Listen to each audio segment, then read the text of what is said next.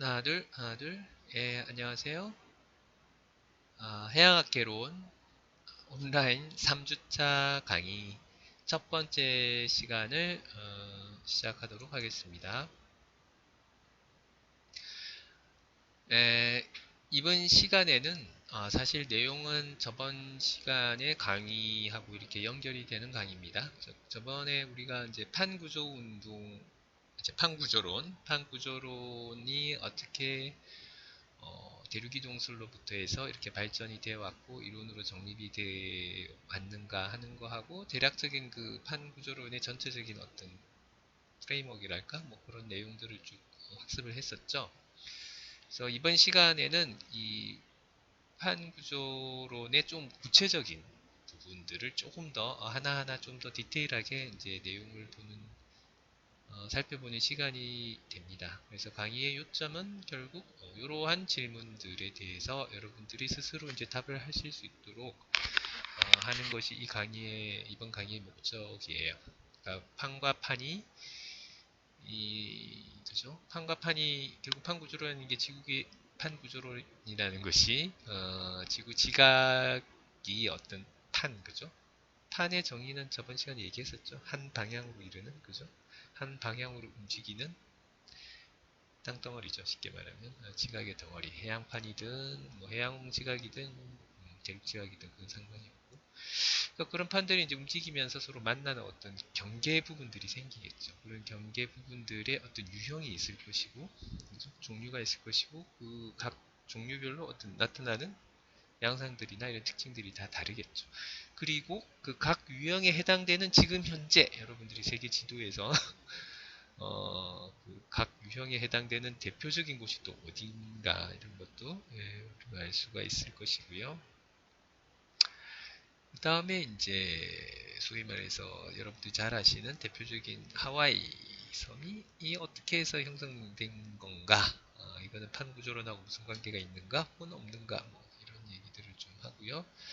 관련된 내용인데 그래서 여러분이 기요와 산호초 기요라는 건 여러분들 잘 모를 텐데 기요라는 건 이 사실은 나중에 설명하죠. 하여튼 이 화산섬하고 관련돼서 이 기요와 산호초의 형성 과정은 또 어떻게 설명할 수 있는가 이 정도의 내용들을 이번 강의 시간에 다루도록 하겠습니다. 자 그러면 첫 번째 내용은 설명드렸다시피 결국 판경계부의 종류와 특징에 관한 것인데요. 결국 판이라는 거는 그쵸 뭐 하여튼 독립적으로 그러니까 서로 구분되게 일정한 방향으로 움직이는 지각의 덩어리인데 그 판과 판이 결국 서로 만날 수 있는 방법은 결국 이 세 가지 중에 한 유형으로 만날 수밖에 없어요. 가만 생각을 해보면 이제 일반화시켜서 생각할 때요. 일반화시켜 생각할 때 결국 판과 판이 서로 그죠? 서로 어떤 경계를 중심으로 서로 멀어지는 그런 경계, 그죠? 아니면은 그 반대는 두 번째 서로 어떤 경계를 중심으로 서로 만난다. 그러니까 정확하게 얘기하면 서로 가까워지는 앞에는 서로 멀어지는 거고 이 경계를 중심으로 얘는 이쪽으로 얘는 이쪽으로 멀어지는 거고 두 번째는 이 경계를 중심으로 얘도 이쪽 경계로 움직이고 얘도 이 플레이트도 이쪽 경계로 움직이고 그러니까 서로 가까워지고 그래서 그 부분을 각각 그죠? 영어로는 다이버전트가 발산하다 그죠? 영어적인 의미로 다이버전트 발산 그러니까 어떤 경계를 중심으로 양쪽으로 이렇게 멀어지는 이런 양태를 다이버전트라고 하죠. 다이버전트 바운다리, 확장형 경계 혹은 발산형 경계 확장형, 발산형 뭐 양쪽 두 개 다 쓰는 것 같습니다. 두 번째는 서로 만나는 것, 수렴한다.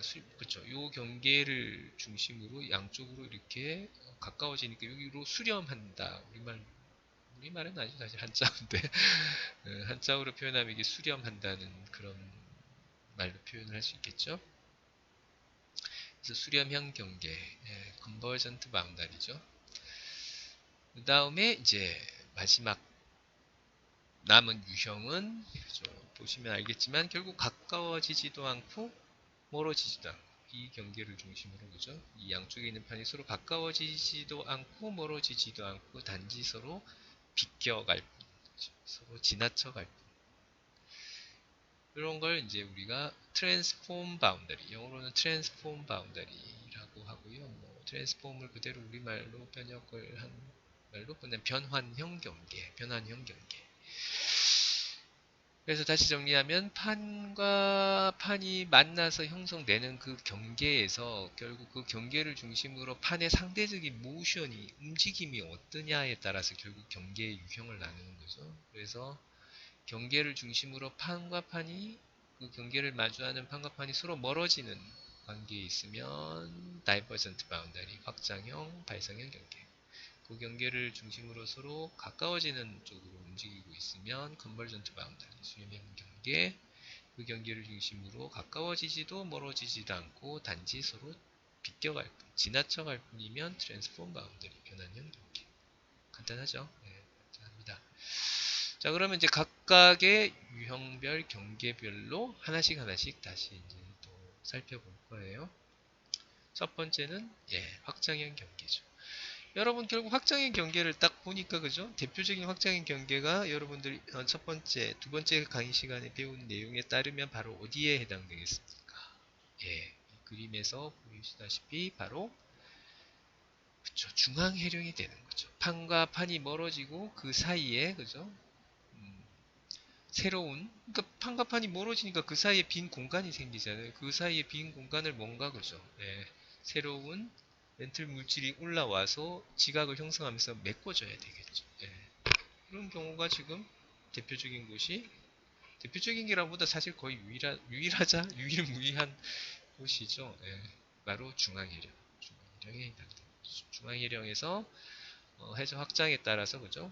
해양판과 해양판이 양쪽으로 이렇게 이동을 하고 멀어지고 그 사이에 빈 공간에 멘틀 물질이 올라와서 새로운 해양 지각을 이루는 곳이죠. 그래서 확장형 경계는 곧 중앙해령이 바로 될 것이고요. 그런데 여러분들 이 중앙해령이라는 곳이 원래 지금 현재는 대표적으로 그렇죠. 뭐 중앙해령의 대표적인 경우 대서양 중앙해령이겠죠. 지금 그림에서 보여주는 거는 미드 아틀란틱 리지, 영어로는 미드 아틀란틱 리지라고 부르죠. 근데 이 중앙해령이 지금은 대서양의 한가운데 있는 거죠. 한가운데 있는데 그럼 원래 중앙해령이 원래부터 그럼 바닷속에 있었느냐는 거죠. 바닷속에서 태어났느냐? 그런가요? 아닌가요?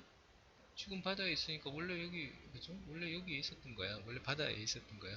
중앙일행이라는 것은 바다에서 처음 유래가 된 거야. 사실일까요? 아닐까요? 다음 그림을 보시면 그래서 중앙일행이라는 곳이 그죠? 중앙일행이 어떻게 해서 지금 현재 지금 미드 아틀란틱 리지가 바로 이런 경우 마지막 이건 이제 보시면 알겠지만 중앙일행이 이렇게 발달해 가는 과정을 단계별로 이렇게 무식적으로 표현을 한 거겠죠? 한 건데요. 어, 보시면은 지금 현재는 물론 바다 한가운데 있죠. 대양의 한가운데 있어서 말 그대로 대서양 그러니까 중앙해령이라고 하는데 이 중앙해령이 이와 같이 형성되기 지금 현재와 같은 단계에 오기 전에 태초에는 그죠. 처음에는 대륙에서부터 출발을 한 거죠. 대륙에서부터. 그러니까 앞에 그림에서 보면은 원래는 그죠? 여러분들 저번 시간에 보시다시피 원래는 이 아메리카 대륙하고 아프리카 유럽 대륙이 별개의 대륙이죠. 바다를 가운데 둔 별개의 대륙이 아니었고 우한 컨티넨트 판게아라 그랬죠. 주라기 때까지만 해도 2억 년 전까지만 해도 그 상황을 생각하시면 될 거예요.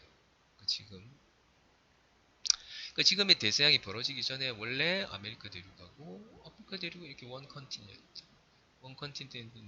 컨티넌트였는데 지금의 중앙해력 위치 여기에 결국 그죠 뭔가 멘틀 물질이 올라오고 여기를 중심으로 해서 양쪽으로 판이 그죠? 확장하는 결국 확장형 경계가 여기에 생기기 시작한 거죠. 약 2억 년 전부터.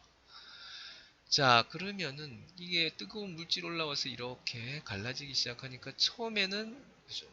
이 부분이 약간 아무래도 뜨거운 부분이 이렇게 올라오니까 약간 좀 뭔가 좀 업워핑이라는 게 위로 이렇게 휜다는 얘기죠. 위로 이렇게 위로 볼록하게 그렇죠? 뭐 충분히 상상이 되죠.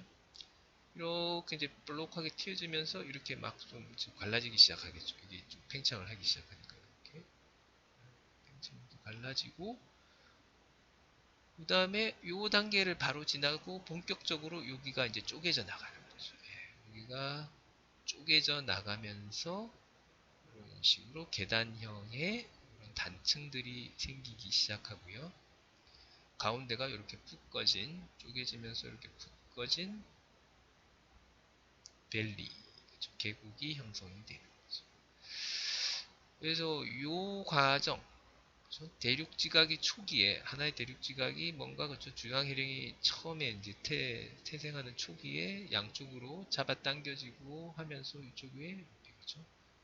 좁고 사실은 이제 이걸 연장을 해보면 좁고 긴 형태의 계곡이 형성이 되는 양쪽에 이렇게 전당층으로 이렇게 바운딩이 되면서요. 이런 형태로 되는 이 과정 자체를 이제 리프팅 열계라 그러고요. 이 리프팅에 의해서 형성된 요 좁고 긴 계곡을 리프트 밸리 열곡이라고 합니다. 참고로 이 열자는 뜨거울 열자는 아니고 짐작하시겠지만 이 쪼개지다 여러분 파열할 때 그 열자예요. 쪼개진다. 그 쪼개져서 열린다는 의미고 쪼개져서 형성된 계곡이다라는 의미입니다. 열곡 열계. 자, 그래서 이렇게 좁고 긴 리프트 밸리 단계에서 이제 조금 더 계속 이렇게 확장이 되기 시작하면은 처음에는 이제 계곡이 형성됐을 당시에는 처음에는 이게 어느 정도 해수면 위에 있을 경우에는 여기가 이제 육상 환경이었죠. 육상 환경이다가 이게 점점점 확장되고 그렇죠. 점점점 여기가 이제 깊어지는 거죠. 가운데 리프트 밸리가 점점점 크게 발달하고 깊어지면서 어느 순간에 이제 해수면 아래로 들어오면은 그죠? 어디론가 그죠? 바다하고 연결이 되면서 해수가 이제 들어오면서 소위 이제 바다가 되는 거죠. 이때는 이제 완전히 큰 넓은 바다 대양은 아니고 여전히 어떤 선형으로 이렇게 긴 모양을 갖춘 어떤 그런 바다 형태로 있다가 이게 이제 계속 더 계속 이렇게 확장이 되면 오늘의 이제 대양, 오션 베이슨, 소위 대서양, 태평양 같은 인도양 이런 넓은 대양으로 이제 발달을 하게 되는 거죠. 그래서 결국 알사집이 지금의 중앙해령은 처음에 애초에 그렇죠 대륙 한가운데에서부터 그렇죠? 대륙의 한가운데에서부터 출발을 해서 이렇게 발달을 해왔다라고 할 수가 있겠죠. 그림 뭐 이해하시는데 특별히 어려움은 없으시죠? 사실 여기 뭐 예를 들어서 뭐 여기 왜 이렇게 리스트리카 뭐 정단층이 형성되고 이런 조금 더 세부적인 내용들은 여러분들 사실 해양학과 학생 기준으로 얘기하면은 2학년 때 지질해양학 때요. 지질해양학 수업 때 이번 개론 때 배운 내용을 포함해서 좀 더 세부적인 사항을 좀 더 디테일하게 배울 기회가 있으니까요. 개론에서 너무 많이 안 가르쳐 준다고 불만 가지지 마시고 개론에서는 한 요 정도 이해를 하고 넘어가셔도 충분할 것 같습니다. 지질해양학 때 좀 더 자세하게 또 배우시면 될 것 같고요. 여기도 여러분들 책에 또 좋은 스마트 피규어가 있어서 간단하게 한번 영어 공부를 하고 넘어가죠. 내용은 아주 간단한 애니메이션입니다. 볼까요? Forming a divergent boundary.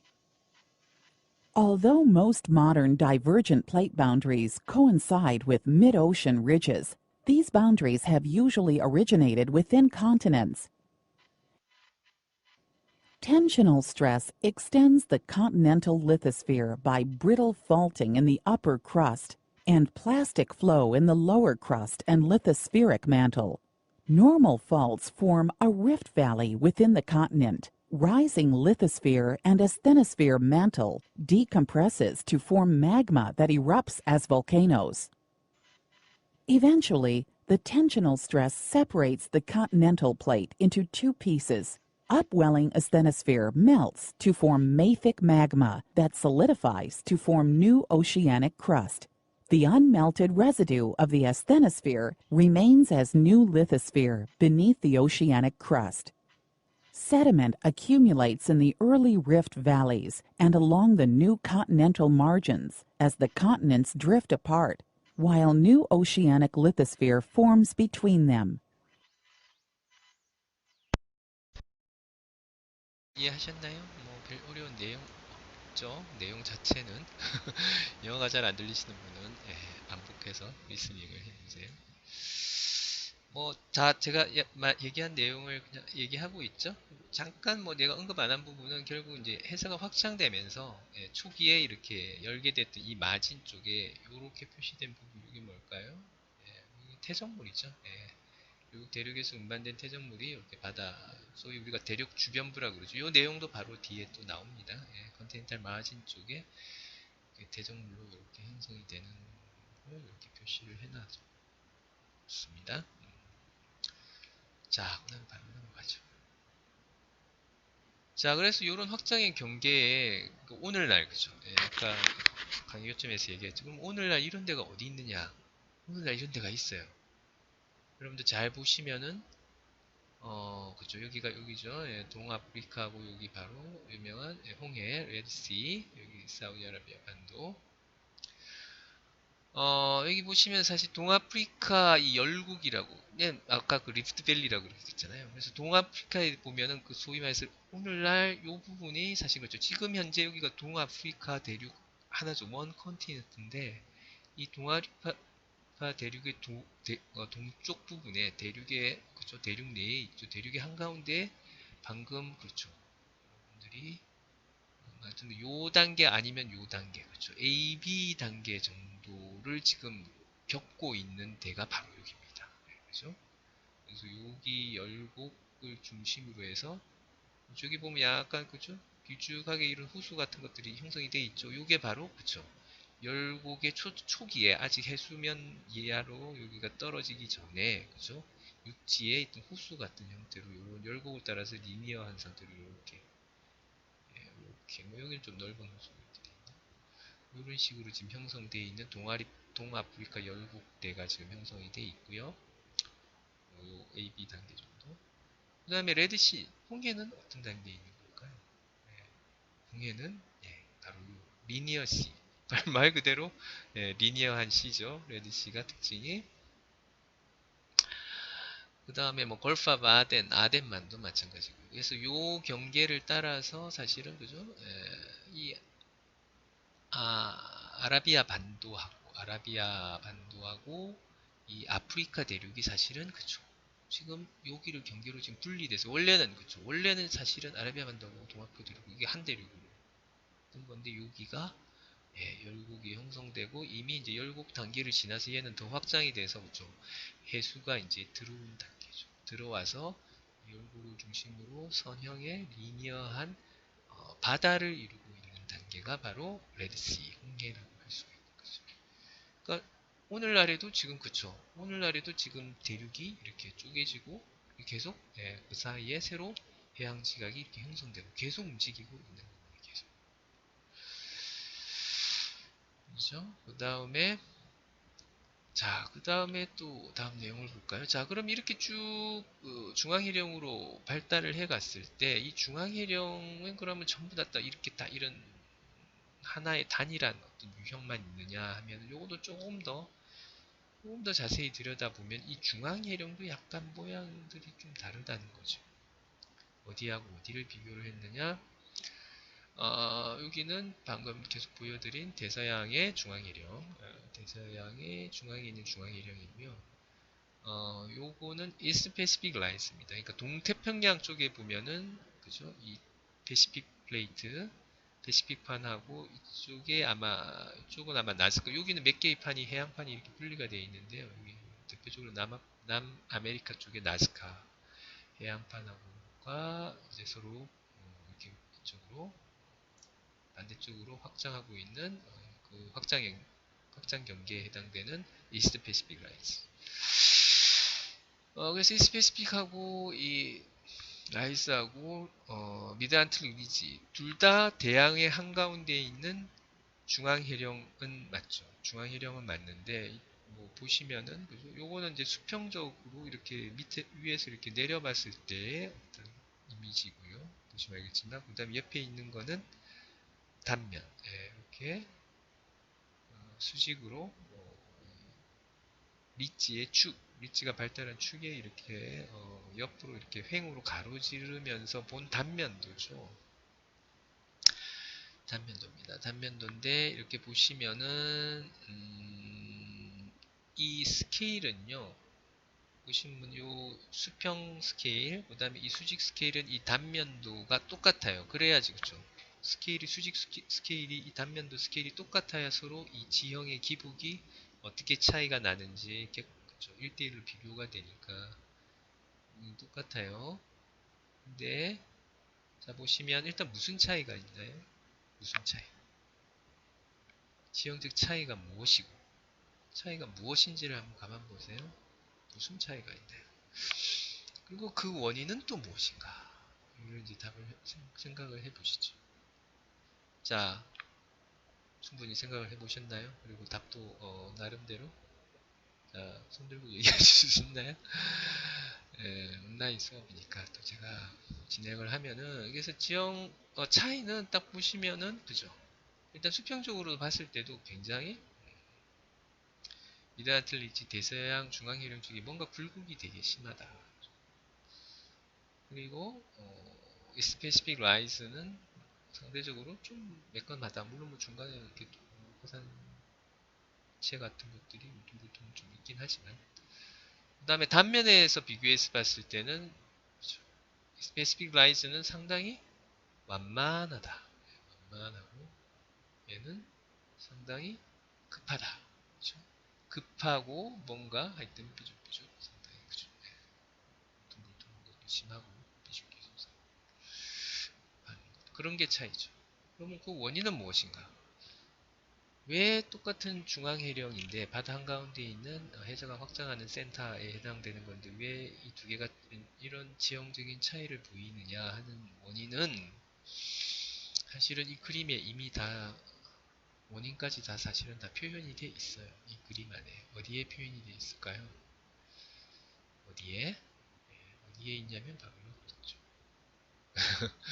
요 X축을 보면은 이게 시간 스케일로 돼 있죠. 시간 스케일. 시간 스케일로 돼 있습니다. 아까 제가 말씀드렸듯이 분명히 여기에 그죠? 깊이, 이 뎁스 스케일하고 그다음에 여기 호리젠탈 스케일 그죠? 요 호리젠탈 스케일 이게 거리가 여기 얼마를 표시하는 거야? 요 스케일도 가만 보시면은 완전히 동일해요. 두 개가 완전히 동일한데 단지 차이가 뭐냐면 그죠? 여기 표현된 바로 시간으로 표시된 이 X축 스케일이 다르다라는 게 금방 드러나죠. 자 그러면은 이걸 보시면은 이 단위 시간당 그쪽 요 센터를 중심으로 해서 단위 시간당 얘가 이제 쭉쭉쭉쭉 확장을 하는 거잖아요. 따라서 1강에서 저번 시간 강의에서 제가 충분히 강의를 했듯이 바로 이 센터에서 지금 현재 해저 지각이 형성되기 시작합니다. 여기에서 형성된 해저 지각이 양쪽으로 이동하면서 그죠? 센터에서 멀어질수록 점점 나이가 올더해지는 거죠. 이것도 마찬가지고. 근데 가만 보시면은 같은 거리를 그죠? 같은 거리를 센터에서 행성된 지각이 같은 거리를 이동하는데 걸린 시간을 비교를 해보세요. 어느 쪽이 더 많이 걸렸나요? 더 오래 걸렸나요? 네. 대서양이 더 훨씬 더 오래 걸렸죠? 동태평양에서는 그렇죠. 이만큼 가는데 이게 지금 밀리언이언이니까 100만 년, 1000만 년이네요. 3000만 년 정도 걸렸죠. 근데 요 정도 비슷한 거리를 이동하는데 얘는 거의 7,500만 년, 거의 2배 이상 걸렸죠. 따라서 확장되는 속도가 어디가 훨씬 더 빠른 건가요? 확장되는 속도는 당연히 이스트 패시픽 라이즈가 훨씬 빠른 거죠. 실제 보면 이스트 패시픽 라이즈는 두 개가 아니라 몇 배죠? 이러면 3, 4, 4, 5, 10. 오 거의 그죠. 5배 정도가 확장되는 속도가 훨씬 빠른 겁니다. 자, 그럼 확장되는 속도가 빠른데 왜 이런 지형적 차이가 나는 건가요? 자, 우리가 저번 강의 시간 때 제가 설명드린 게, 자, 이 스페시픽, 하여튼 그 중앙해령이 주변보다 이렇게, 그죠? 주변보다 이렇게 높이 솟아있고, 그죠? 수심은 해령에서 센터에서 멀어질수록 이렇게 점차 이렇게 낮아지는, 점차 이렇게 깊어지는 경향을 보이는 이유는 뭐라고 그랬었죠? 이유가 뭘까요? 이렇게 깊어지는 이유 자체가, 그죠? 시간이 지날수록, 그죠? 데워져서, 뜨거워져서 이렇게 윤기, 이게 사실 올라와 있는 게, 좀, 아까 저기, 그 확장의 경계 처음에 리프팅 할 때도 얘기했지만 뭔가 뜨거운 물질이 올라오면 이렇게 좀 사실 올라오잖아요. 그죠? 주변보다 부풀어 오르잖아요. 뜨거운 물질이. 그게 이제 센터에서 점점 더 멀어질수록 식는 거죠. 점점 더 수축감도 식으면서 이렇게 쭉 내려가는 거죠. 근데 그게 결국 단위 시간당 이동 거리로 봤을 때 얘는 이만큼 가는데 굉장히 오랜 시간이 걸리는 거죠. 이 거리를 가는데. 따라서 충분히 식을 수 있는 시간이 있었던 거죠. 충분히 식었으니까 얼마 안 가서 충분히 식으니까 쭉쭉쭉쭉 빨리 이렇게 떨어지는 거예요. 얘는 이만큼까지 가는데 상대적으로 시간이 얼마 안 걸렸던 거죠. 그러니까 아직 채 많이 안 식은 거죠. 채 많이 안 식었으니까 상대적으로 많이 안 떨어지는 거죠. 그러니까 이렇게 아시겠습니까? 잘 생각해 보시면 어려운 얘기는 아니죠. 충분히 이해를 하셨을 것이라고 생각을 하고 또 넘어가시죠. 넘어가면은 이제 수렴형 경계, 수렴형 경계 제가 시작 시간을 제가 정확하게, 요거도 한 뭐 3시간으로 이렇게 짧게 짧게 나눠서 파일을 만들도록 할게요. 자, 그러면은 수렴형, 이제 확장형 경계는 끝났고요. 수렴형 경계. 수렴형 경계는 결국 판과 판이 서로 그 경계를 중심으로 이렇게 만난다고 했잖아요. 근데 그 만날 때 사실 수렴형 경계는 몇 가지 또 유형을 그 수렴형 경계 내에서 나눠볼 수 있어요. 뭐를 기준으로? 자, 여기 보시면 뭐를 기준으로 나눈 것 같아요? 여기 보면 3가지 유형인데 결국, 그죠? 자세히 보시면 만나는 요 경계에서 뭐하고 그 만나는 지각의 종류가 해양판이냐 대륙판이냐, 그죠? 만나는 지각의 종류가 해양판이냐 대륙판이냐. 근데 사실 확장형 경계는 사실 그죠. 이게 뭐 확장형 경계는 사실 중앙해령이죠. 중앙해령인데 그 중앙해령이 처음에 이제 대륙에서부터 쪼개지면서 이제 시작한 거고, 그래서 확장형 경계에서는 판과 판의 종류라는 게 결국은 해양지각, 해양지각밖에 될 수가 없는 거죠. 중앙해령 에서 멀어지는 판이라는 게 결국 중앙이라는 게 새로운 해양 지각이 생기는 곳이니까 양쪽의 판의 타입은 종류는 결국 해양판, 해양판이 될 수밖에 없는 거죠. 그래서 사실 확장형 경계는 그죠? 그 경계를 따라서 어떤 판, 뭐 해양판, 대륙판 오느냐 이런 데에 따라서 더 어떤 유형을 나누고 자시고 할 게 없는 거죠. 그렇죠? 하지만 수렴형 경계는 다르죠. 수렴형 경계는 이 판과 판이 만나는 데 있어가지고 그죠? 이렇게 해양판, 해양판이 서로 만나느냐, 아니면 해양판, 대륙판이 만나느냐, 아니면 대륙판, 대륙판이 만나느냐. 그죠? 그죠? 여기에 따라서 결국 종류가 3가지가 더 나눠지는 거죠. 나눠지는 거고, 자, 그러면은 거기에 따라서 나타나는 양상이 그림과 같이 이렇게 또 다 다르게 되는 거죠.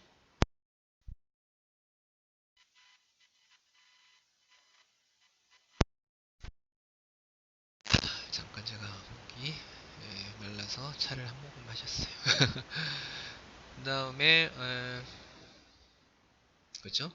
자, 그러면 그러면 3가지 유형에 따라서 뭐가 달라지는가 한번 보죠. 뭐 그림에서 나오는 대로만 잠깐 우리가 도식적으로 한번 보면은, 그죠? 대륙판하고 결국 해양판이 만날 때는, 그죠? 결국 어느 하나가 어느 하나 밑으로, 그죠? 고개를 숙이고 이렇게 들어가게 되는데, 어느 쪽이 결국 어느 밑으로 들어갈 것인가. 여기 이제 해양판이 대륙판 밑으로 들어가는 것으로 이렇게 표현을 해놨죠. 왜? 이것도 저번 강의 시간 때 계속 제가 몇 번 강조해서 얘기를 했죠. 해양지각과 대륙지각은 구성 물질이 현무암질, 뭐 주로 화강암질 다르고 결국 밀도 차이를 가져와서 해양지각이 평균적으로 대륙지각보다 더 덴스하다. 그것도 덴스한 놈이 그렇죠? 밀도가 큰 놈이 밀도가 작은 놈 아래로 깔려서 들어가는 거죠.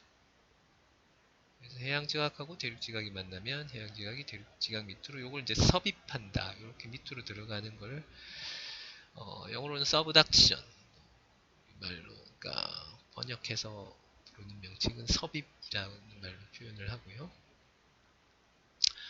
그 다음에 이제 해양지각하고 해양지각. 해양지각은 그럼 둘 다 밀도가 비슷한데요? 하겠지만, 자, 해양지각은 결국 밀도, 그러니까 이렇게 만났을 때 여기가 요 왼쪽에 있는 판이 오른쪽 밑으로 이렇게 들어간다는 얘기는 얘가 결국 밀도가 얘보다 더, 예, 높다는 거죠. 무겁다는 거죠. 왜 그런 차이가 나타날까요? 해양지각에서 똑같은 해양지각인데 왜 여기가 밀도가 무거게 되는 현상이 왜 나타나는 거죠? 이것도 저번 강의 시간을 잘 이해를 하신 분은 금방 답을 하실 수가 있죠. 왜 얘는 그렇죠. 중앙해령에서부터 더 멀리 떨어져 있는 더 오래된 해양지각이고 얘는 그죠. 나이가 얼마 안 된 해양지각이다 하는 거죠. 그래서 나이가 많이 된 해양지각이 더 많이 식었고 밀도가 더 덴스할 수 있죠. 그래서 더 영한 해양지각 밑으로 나이 든 해양지각이 섭입을 한다. 자, 그 다음에 마지막 남은 케이스는 그렇죠. 그렇죠. 마지막 남은 케이스는 대륙지각하고 그럼 대륙지각이 충돌을 하는 경우는 어떻게 될 것인가? 그러니까 대륙지각은 해양지각과 달리 뭐 나이가 더 사실 대륙지각의 나이는 거의 비슷하죠. 사실 그렇죠. 원시 지구 상태에서 이렇게 탄생한 이후부터 제가 얘기했죠. 대륙지각은 새로 생성, 해양지각도 어디서 뭐 새로 생성되는 것도 아니고 또 어디서 소멸되는 것도 아니고 있던 놈들이 그냥 붙었다 떨어졌다 붙었다 떨어졌다 뭐 사실 이런 것만 반복해 왔다고 할 수 있죠. 크게 볼 때는 그러니까 대륙지각하고 대륙지각하고 부딪히면은 서로 뭐 그죠? 뭐 소위 말해서 어떤 놈이 어떤 놈 밑으로 이렇게 꿇어야 될 이유가 없는 거예요. 섭입을 해야 될 이유가 없는 거죠. 왜? 밀도가 거의 비슷하니까. 뭐 여기는 약간 이렇게 이제 뭐 이렇게 올라타는 것처럼 뭐 이렇게 밑으로 내려가는 것처럼 이렇게 했는데 실제로는 하여튼 뭐 이렇게 완전히 밑으로 깔려서 섭입하는 그런 작용은 일어나지 않아요. 그러니까 섭입한다는 거는 결국 해양지각이 밑으로 이렇게 그죠 멘틀까지 멘틀로 이렇게 다시 들어가서 소멸하는 완전히 소멸해버리는 그런 과정이 이제 섭입이고요. 정확하게 얘기하면 대륙지각은 완전히 그쵸 어떤 대륙지각 밑으로 해서 깔려서 이렇게 멘틀까지 이렇게 들어가서 완전히 이렇게 소멸해 버리는 그런 일은 절대 일어나지 않아요. 왜? 두 개가 밀도가 서로 비슷하기 때문에 그렇게 되진 않고 결국 서로 쉽게 말하면 어깨질 때까지 서로 으스러질 때까지 그냥 계속 밀어붙이는 거죠. 으스러진다는 표현이 결국 그렇죠. 이런 식으로 해서 결국 인기가 되는 거죠. 으스러지면서 컴프레션이 이제 심하게 작용하면서 접히는 거죠. 쉽게 말하면 접히면서 조산운동, 산맥을 이런 형태로 나오는 거죠. 자, 요 유형별로 각각도 그쵸. 지금 여러분들 세계 지도에서 어디에 해당되는가 이런 유형 이런 보기들이 다시 보면은 수렴현 경계는 그쵸. 첫 번째 그죠? 해양판이 대륙판 밑으로 삽입하는 경우는 자 여기 한번 보세요. 여기 지금 앞에 저번 시간 때 나왔던 그림 같은데 지금 현재 판의 분포를 보여주고 있죠. 여러분들 세계 지도에다 이렇게 겹쳐서 자 대표적으로 해양지각이 대륙지각 밑으로 들어가는 부분이 바로 그림의 센터 이 부분에 잘 표현이 되어 있죠. 이 나즈카 플레이트라는 거는 그죠? 동태평양의 그죠? 여기가 바로 아까 이스트 패시픽 라이즈라고 했던 부분이죠. 그 이스트 패시픽 라이즈의 오른쪽을 이루고 있는 새로 여기서 형성돼서 그쪽 이쪽으로 움직이고 있는 해양판이죠. 이 해양판이 이쪽 오른쪽에 소위 사우스 아메리카 플레이트의 이 오른쪽 이 부분은 바로 남아메리카 대륙으로 이루어져 있는 데죠. 대륙지각 밑으로 만나서 그죠? 얘는 이쪽으로 움직이고, 얘는 이쪽으로 움직이고. 그러니까 여기가 소위 수렴형 경계가 되고, 해양판이 대륙판 밑으로 섭입이 일어나고 있는 수렴형 경계가 되고, 바로 그 수렴형 경계 부분에 결국 해양판이 섭입되면서 이렇게 푹 꺼진 부분, 그죠? 세계 형태로 이렇게 푹 꺼진 부분, 이게 바로 해구, 트렌치가 되는 거죠. 결국 요 페루, 칠레 트렌치, 나즈카 플레이트와 사우스 아메리칸 플레이트의 수렴형 경계에 형성된 것이 바로 페루, 칠레 트렌치가 되는 거죠. 그 다음에 페루, 칠레 트렌치가 형성되고 요 그림에 보면은 그죠? 요 그림을 조금 더 설명하면 그죠? 이게 섭입이 일어나면서 결국 여기 뭔가 표시를 해놨죠. 이게 뭘까요? 이거 보시면 결국 섭입이 되는 지각 플러스 그 해양 지각 위에 퇴적되어 있던 요거 약간 색깔을 달리한 요거는 뭘 표시한 거가 있어요? 해양 퇴적물 퇴적물을 표시한 거겠죠. 그러니까 지각 해양 지각 자체와 그 위에 쌓이는 퇴적물이 결국 지하 심부 키튼 속으로 들어가면서 소위 그죠 뜨거워져서 부분적으로 멜팅이 일어나겠죠. 녹는 거죠. 퇴적물하고 암석이. 자, 녹아내린 이 멜트, 그 마그마죠. 마그마는 결국 그죠. 부력을 받아서 이렇게 쭉 올라오게 되겠죠. 올라오면서 사실은 이 리소스피어, 대륙 지각의 일부, 저기 뜨거운 게 올라오니까 또 여기 있는 암석들도 일부 녹여내겠죠. 녹여내서 골고루 잘 섞어서 지표로 다시 이렇게 분출을 하게 되겠죠. 그래서 이런 트렌치 뒷부분에 이런 용융에 의해서 생성된 마그마가 분출을 해서 이렇게 쭉 트렌치와 평행하게 쭉 이런 소위 말해서 화산, 일련의 연속된 화산으로 이루어진 아크라는 건 뭐 그냥 호를 얘기하는 거죠. 사실 뭐 전체적으로 보면 페루, 칠레 이 트렌치도 뭐 어떻게 보면 아주 큰 스케일로 보면 이런 호죠.